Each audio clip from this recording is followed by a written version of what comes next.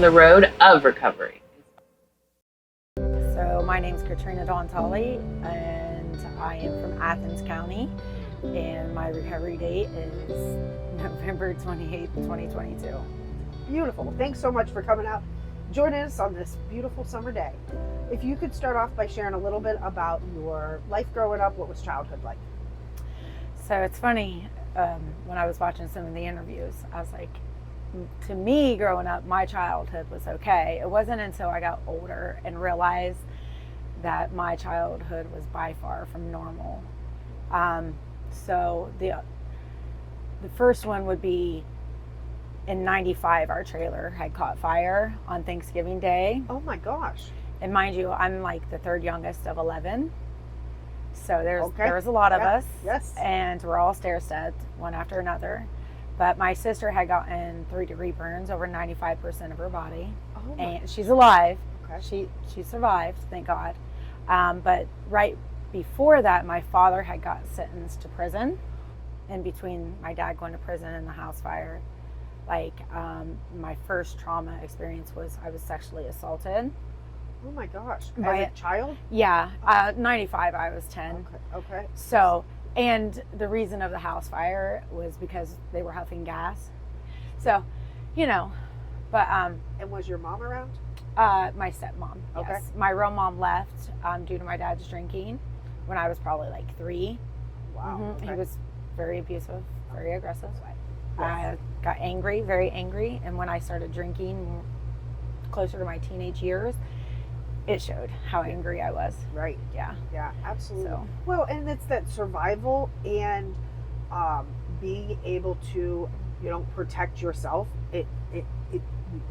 Kids have limited resources, and this is how we go through. And those skills, unfortunately, while they help you make it through some of those years, they kind of get ingrained, and at times they're hard to change. It becomes a value and a belief. Right. Yes. It's, to me, it wasn't. It was core beliefs and core values. Right. That's what I was grown up on. Yes.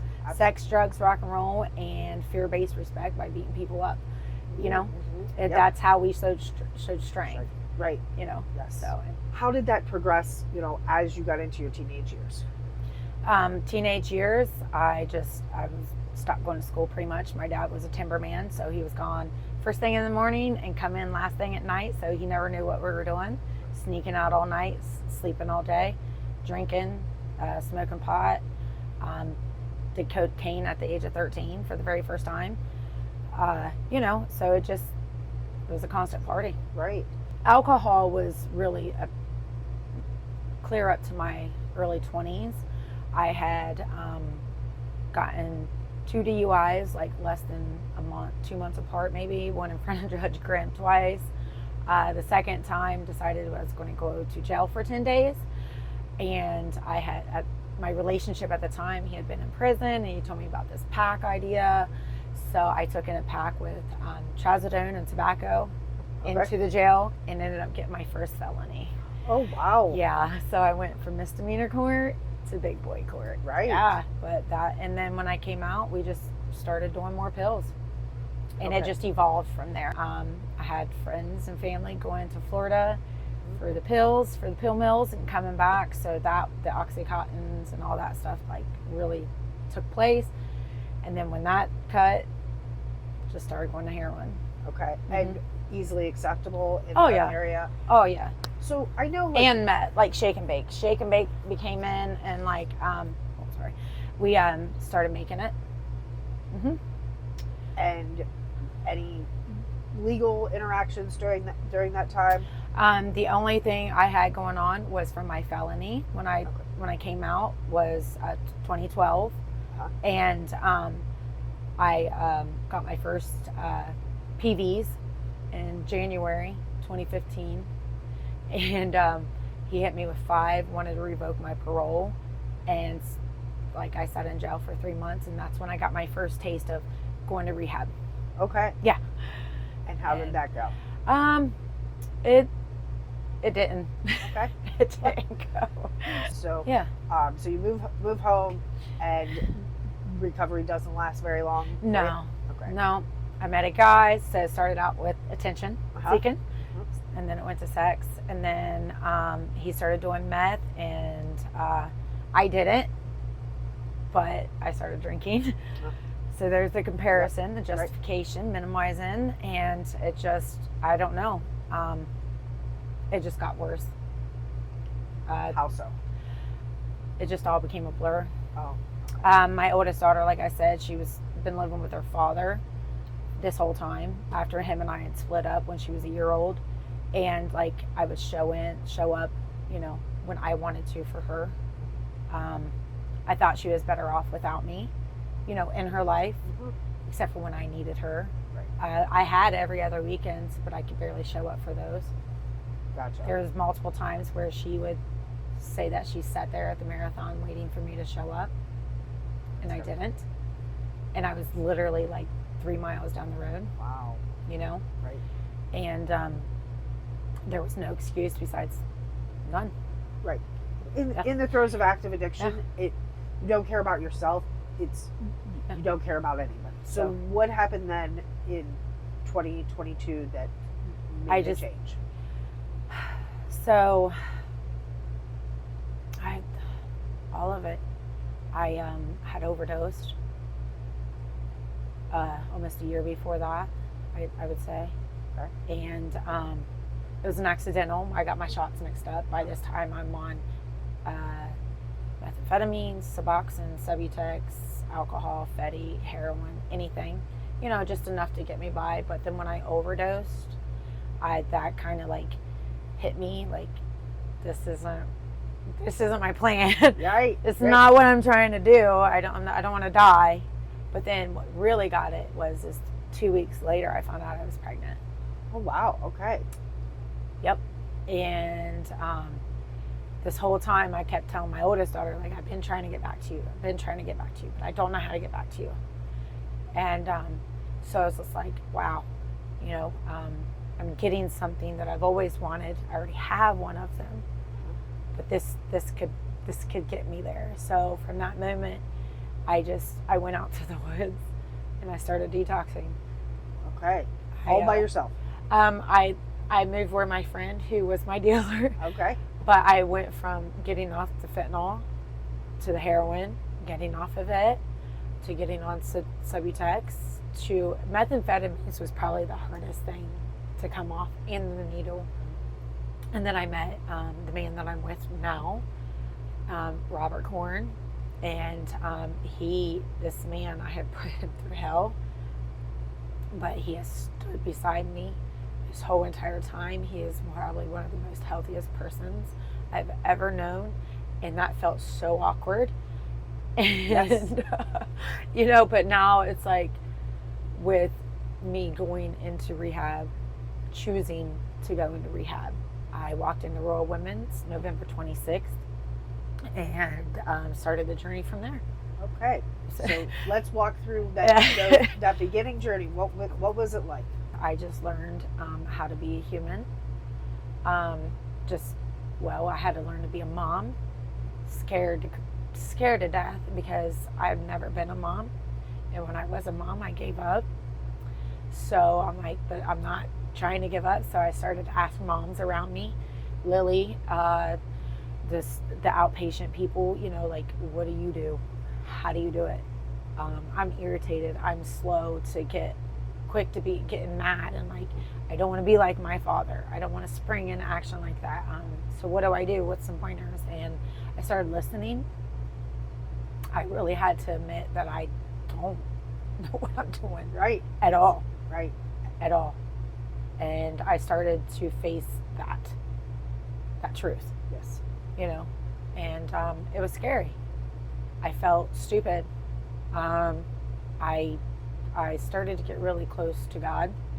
Okay. And there's times when nobody else was around, Uh-huh. and I was scared, and I just started talking to God. Like, you know, He is my best friend. Right. Being me, to the ugly truth within the ugly truth. And like, it just, I don't know, it's given me a lot more peace. But I was still angry with the trauma, what had happened to me as an early child. So there's two things that I had no control over. I'm like, I don't know how to handle that still. Right.